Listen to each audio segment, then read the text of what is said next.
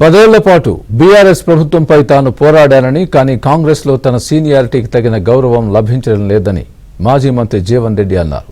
తాను అసంతృప్తిగా ఉన్నట్టు తెలిపారు.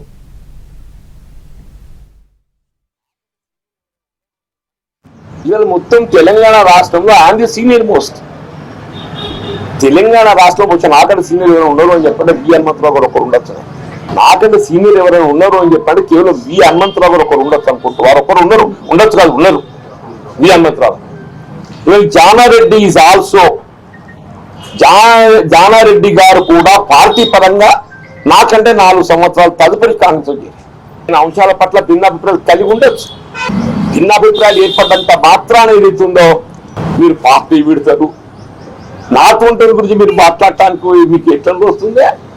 శాసన మండలి ఏకైక ప్రతిపక్ష సభ్యుడిగా టిఆర్ఎస్ యొక్క నియంతృత్వ ప్రజాస్వామిక విధానాలను ఎదిరించి పోరాడింది.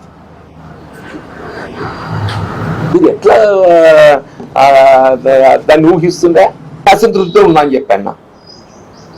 నాకు అసంతృప్తి లేదని చెప్పాను కదా. నా సీనియారిటీ దగ్గర గౌరవాన్ని పొందలేని పరిస్థితులలో డెఫినెట్లీ నాకు అసంతృప్తి ఉంటుంది. అన్కాంప్రమైజ్ రాష్ట్ర కాంగ్రెస్ అధ్యక్షుడు రేవంత్ రెడ్డి గారు ఏ స్థాయిలో పోరాటం చేసిండో, శాసనసభ పక్ష నాయకుడిగా బట్టి గారు ఏ స్థాయిలో పోరాటం చేసిండో, శాసన మండలి నాయకుడిగా నేను ఆ స్థాయిలో పోరాటం చేసి ఎవరికి తక్కువ కాదు.